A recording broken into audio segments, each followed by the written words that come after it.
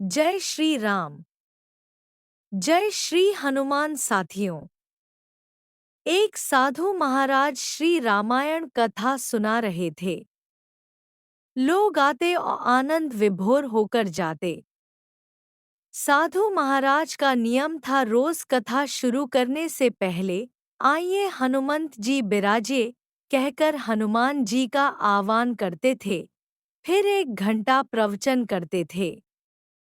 एक वकील साहब हर रोज कथा सुनने आते। वकील साहब के भक्तिभाव पर एक दिन तर्कशीलता हावी हो गई। उन्हें लगा कि महाराज रोज आइए हनुमंत जी बिराजिए कहते हैं, तो क्या हनुमान जी सचमुच आते होंगे? अतः वकील साहब ने महात्मा जी से पूछ ही डाला, महाराज जी, आप रामायण की कथा बहुत अच्छी कहते हैं, हमें बड़ा रस आता है, परंतु आप जो गद्दी प्रतिदिन हनुमान जी को देते हैं, उस पर क्या हनुमान जी सचमुच विराजते हैं? साधु महाराज ने कहा, हाँ, यह मेरा व्यक्तिगत विश्वास है कि राम कथा हो रही हो तो हनुमान जी अवश्य पधारते हैं। वकील ने कहा, महाराज, ऐसे बात नहीं बनेगी। हनुमान जी यहाँ आते हैं, इसका कोई सबूत दीजिए।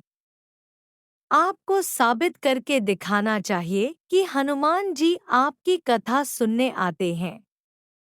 महाराज जी ने बहुत समझाया कि भैया, आस्था को किसी सबूत की कसौटी पर नहीं कसना चाहिए। यह तो भक्त और भगवान के बीच का प्रेम रस है, व्यक्तिगत श्रद्धा का विषय है। आप कहो तो मैं प्रवचन करना बंद कर दूं या आप कथा में आना छोड़ दो। लेकिन वकील नहीं माना। वो कहता ही रहा कि आप कई दिनों से दावा करते आ रहे हैं। यह बात और स्थानों पर भी कहते होंगे। इसलिए महाराज, आपको तो साबित करना होगा कि हनुमान जी कथा सुनने आते हैं। इस तरह दोनों के बीच वाद विवाद होता रहा। मौखिक संघर्ष बढ़ता चला गया। हारकर साधु महाराज ने कहा, हनुमान जी हैं या नहीं उसका सबूत कल दिलाऊंगा। कल कथा शुरू हो तब प्रयोग करूंगा। जिस गद्दी पर मैं हनुमान जी को विराजित होने को कहता हूँ, आप उस गद्दी को आज अपने घर ले जाना। कल अपने साथ उस गद्दी को लेकर आना और फिर मैं कल गद्दी यहाँ रखूंगा। मैं कथा से पहले हनुमान जी को बुलाऊंगा, फिर आप गद्दी ऊंची उठाना। यदि आपने गद्दी ऊंची कर दी तो समझना कि हनुमान जी नहीं है। वकील इस कसौटी के लिए तैयार हो गया। महाराज ने कहा, हम दोनों में से जो पराजित होगा वह क्या करेगा, इसका निर्णय भी कर लें। यह तो सत्य की परीक्षा है। वकील ने कहा, मैं गद्दी ऊंची न कर सका तो वकालत छोड़कर आपसे दीक्षा ले लूंगा, और अगर आप पराजित हो गए तो क्या करोगे? साधु ने कहा, मैं कथावाचन छोड़कर आपके ऑफिस का चपरासी बन जाऊंगा। अगले दिन कथा पंडाल में भारी भीड़ हुई। जो लोग रोजाना कथा सुनने नहीं आते थे, वे भी भक्ति, प्रेम और विश्वास की परीक्षा देखने आए। काफी भीड़ हो गई। पंडाल भर गया। श्रद्धा और विश्वास का प्रश्न जो था।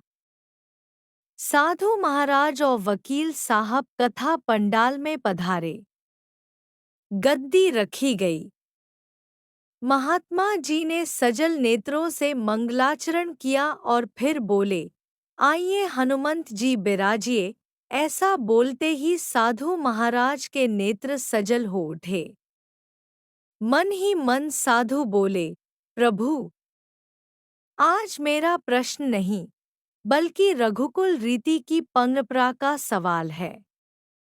मैं तो एक साधारण जन हूँ। मेरी भक्ति आस्था की लाज रखना। फिर वकील साहब को निमंत्रण दिया गया, आइए, गद्दी ऊंची कीजिए। लोगों की आंखें जम गईं। वकील साहब खड़े हुए। उन्होंने गद्दी उठाने के लिए हाथ बढ़ाया, पर गद्दी को स्पर्श भी न कर सके, जो भी कारण रहा हो। उन्होंने 3 बार हाथ बढ़ाया, किंतु तीनों बार असफल रहे। महात्मा जी देख रहे थे। गद्दी को पकड़ना तो दूर, वकील साहब गद्दी को छू भी न सके।